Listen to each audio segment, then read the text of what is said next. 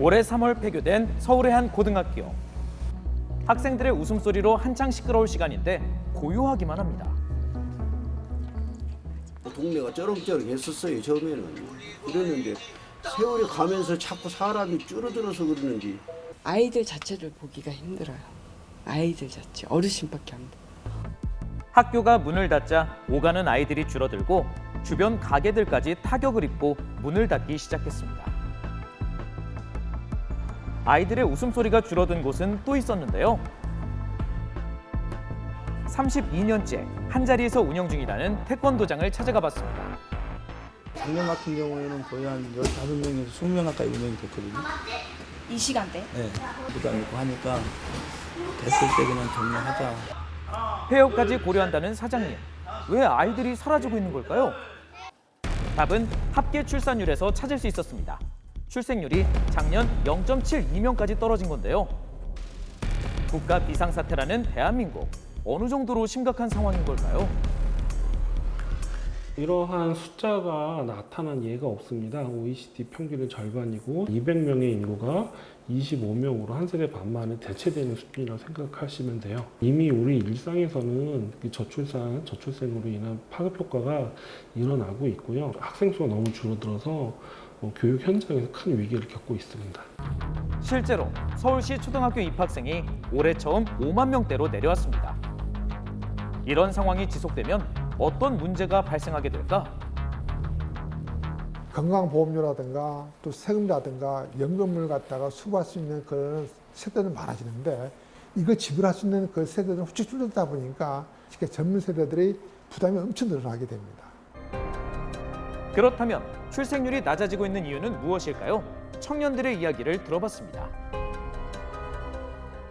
흔히 얘기하는 돈 같은 그런 이유로 일단 처음에 계획은 안 하고 결혼은 했습니다.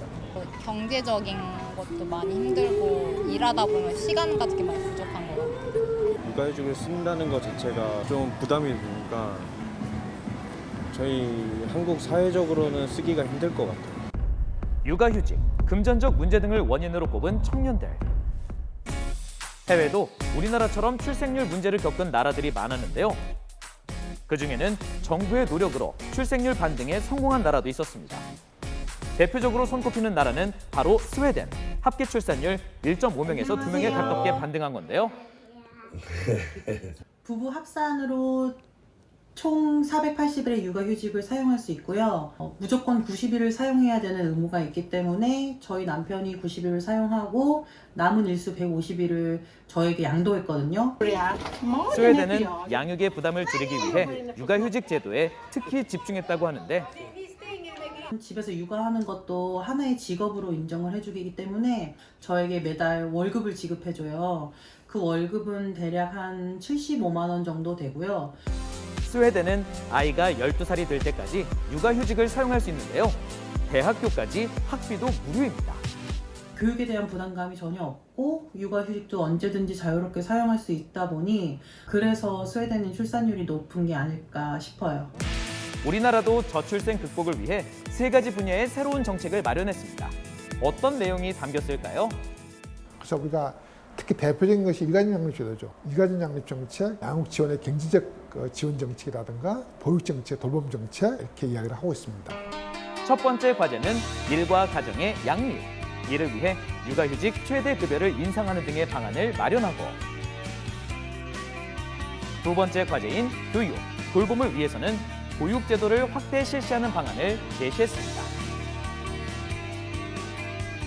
마지막으로 주거에 관한 정책으로는 주택 공급 확대, 대출 완화 등의 제도를 마련했는데요.